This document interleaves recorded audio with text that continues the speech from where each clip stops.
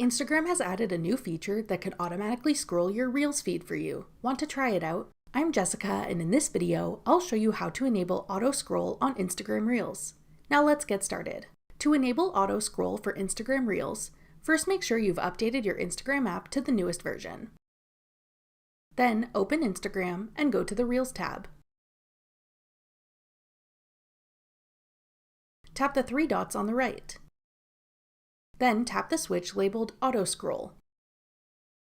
Once you turn this on, the app will automatically scroll to the next video once you reach the end of a reel, making it easy to check out your feed hands-free. That's all it takes to enable auto scroll for Instagram Reels. Need help finding your Reels watch history?